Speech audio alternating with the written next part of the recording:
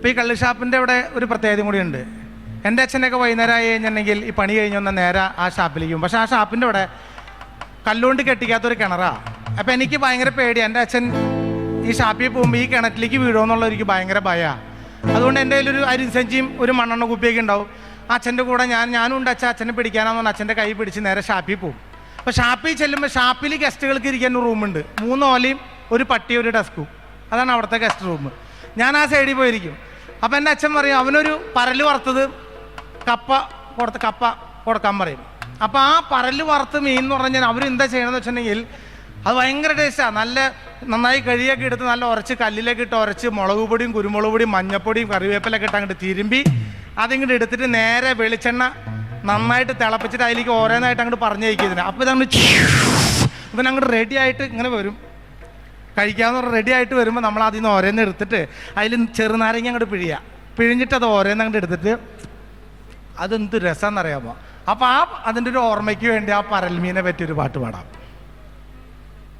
ആ പരലി പരല് പരല് പൂവാലി പരല് ഇന്നലെ നേരത്ത് പരല് വെള്ളത്തിലോടണല്ല. ആ പരല് പരല് പരല് പൂവാലി പരല് പരല് ഇന്നലെ നേരത്ത് പരല് വെള്ളത്തിലോടണല്ല. കുത്തനിടിയും വെട്ടി മഴയുടെ ശക്തിയുടം വരുത്തേ എന്നമ്മോ കെട്ടുകൾ പൊട്ടി തകർന്നു വയലിന്റെ തട്ടുകൾ അപ്പമായി. ആ പരല് പരല് പരല് പൂവാലി പരല് പരല് ഇന്നലെ നേരത്ത് പരല് വെള്ളത്തിലോടണല്ല.